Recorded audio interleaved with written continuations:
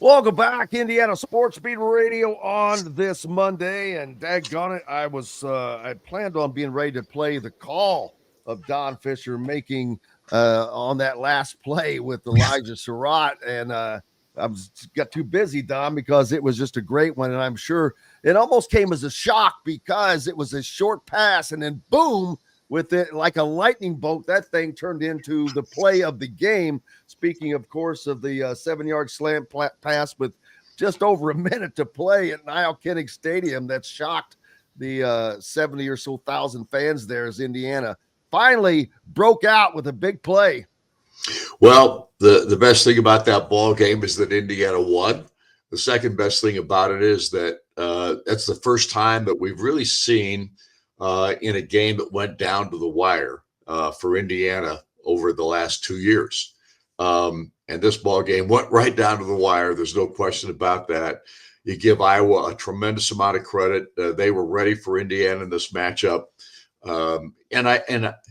They're always ready for whoever they play, especially at Kinnick Stadium, because Kirk Ferentz is just a great football coach, has done a tremendous job with that program through so many years. And you know that they're going to try to control the football, keep it out of Indiana's hands, which is what they were able to do for a good part of that contest. And Indiana struggled with that. But I give this Hoosier team all the credit in the world.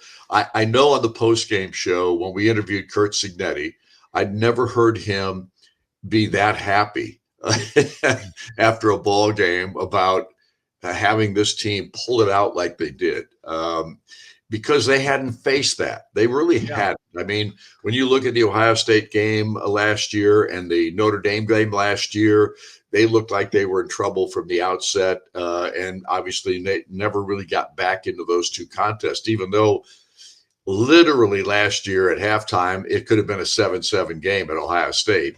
And you love the way that team fought. But in this particular matchup, this was a game that was a gotcha type game, if you know what I'm saying. And exactly what it was. Exactly. I mean, and I wanted to see how this team would perform down the stretch in a game that was on the line, and you had had your backs against the wall so much of this contest. And granted, they were never down in a big way or anything like that, but it was just one of those games where you thought this could come down to the last play, and that's exactly what it did. And the resilience that this team showed, in my opinion, was really special. Donna, we did a little pregame thing ourselves, and the night before, I'd kind of rewatched the Iowa Rutgers games, and I saw what I had seen in the Indiana team, growth in their offense, and I'm like, you know what, boy, Gronowski and that offense looks like they kind of got it together at Rutgers, and I said, you see that growth, saw it again against Indiana. And I was like, this is probably going to be a little different than we were all expecting. And it turned out to be just that. Then you add in the fact that the noise, the crowd there, great, one of the great environments of all of college football. But Indiana never wilted.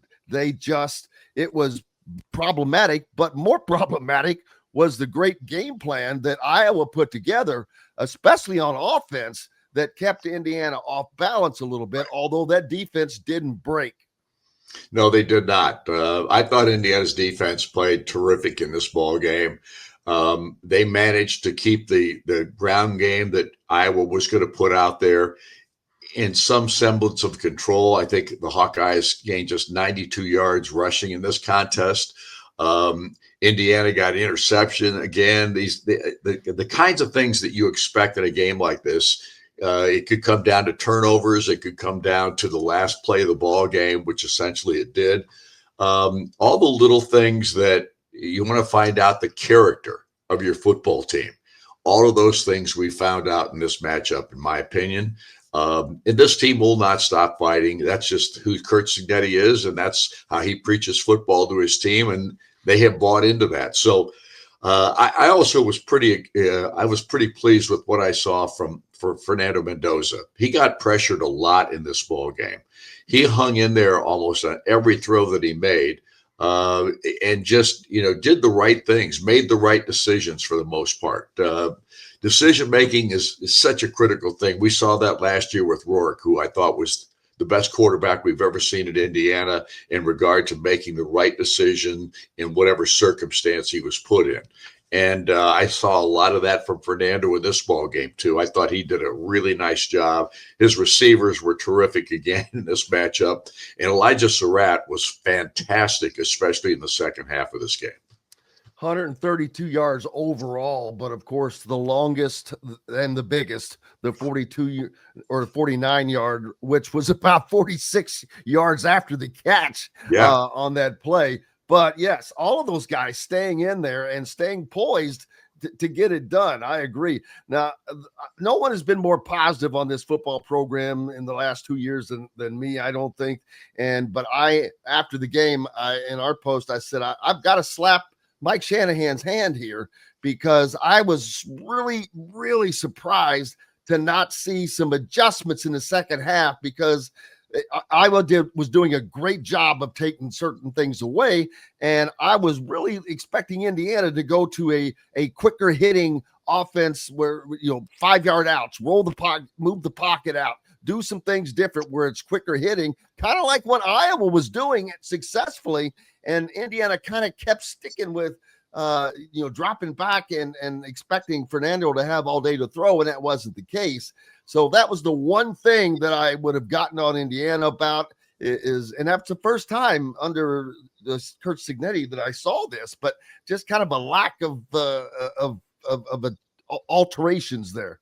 Yeah, I'm not sure what that was all about either. I mean, a lot of people were talking about the fact that Indiana really didn't throw the football like they have in the past.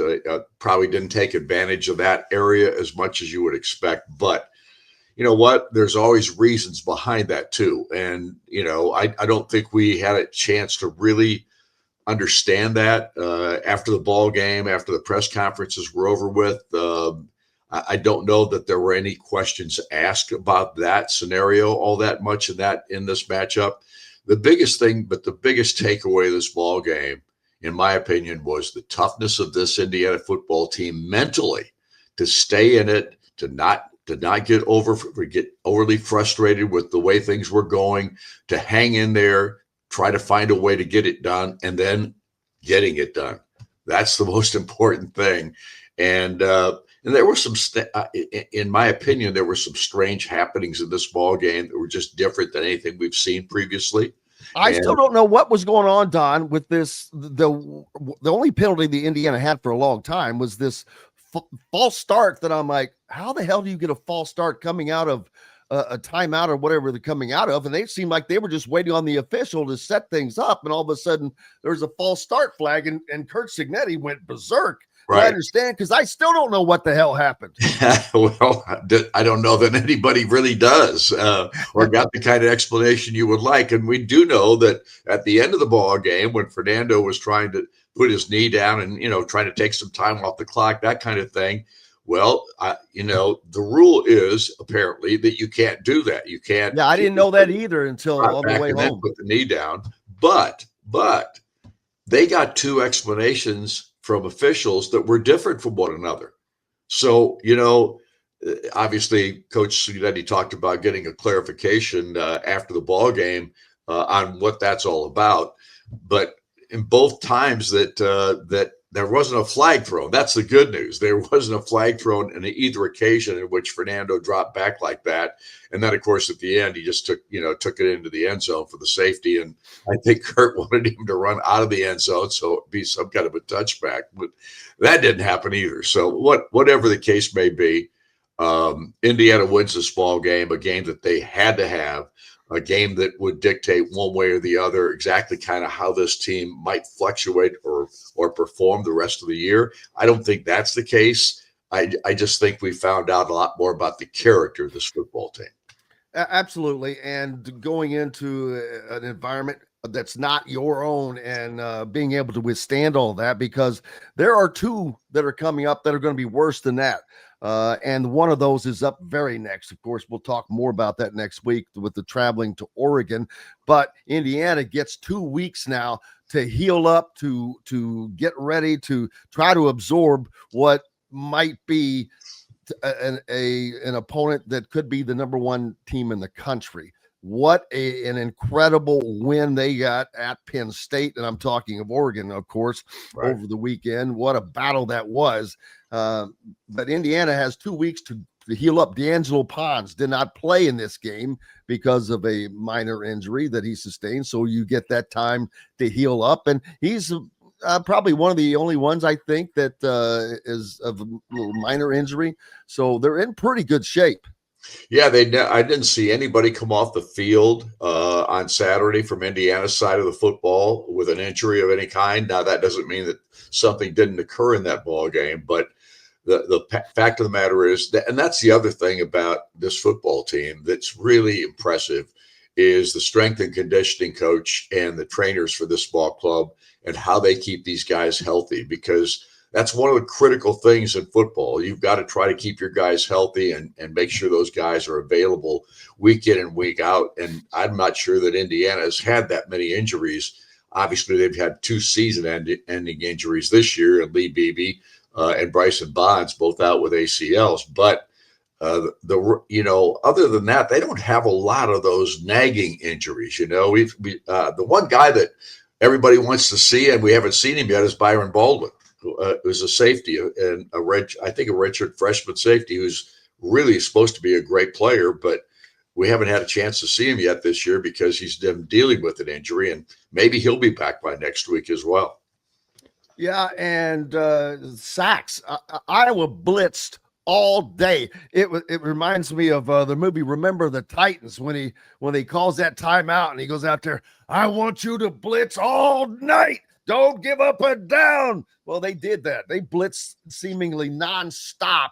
And for Indiana's offensive line to withstand that, giving up only 2 sacks, that's also a very, very positive sign, because Iowa always has very, very good and talented linemen. No question. Their defensive line is very good.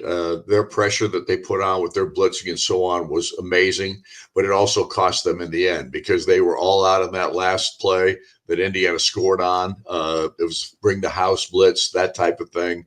And Indiana was able to convert that pass, and Elijah broke a tackle and headed for the end zone, and it was the difference in the game. Absolutely. And quickly, your experience, because at least where I sit generally, and we can't hear. I could hear I knew that they were loud because I could hear it through the glass this time. But what was it like for you, that noise? It sounded like it was getting pretty loud out there, Don. Well, it was. You had a hard time hearing yourself, even with headsets on. It was a difficult challenge in that regard, but I love when you have crowds like that. I don't care if it's in Bloomington, if it's in Iowa, if it's in Oregon, I don't care. I love that kind of crowd noise and that kind of thing. It's a part of what generates a lot of adrenaline, and you just love to be a part of that. It really is fun. Well, yeah, hopefully for the fans, I can get some of your calls pulled up a little bit later, because if there's some way to make one of your calls sound better, it's having that noise behind it, because it just juices you up more. I know that you've got now with the bye week. Is there a coach's show?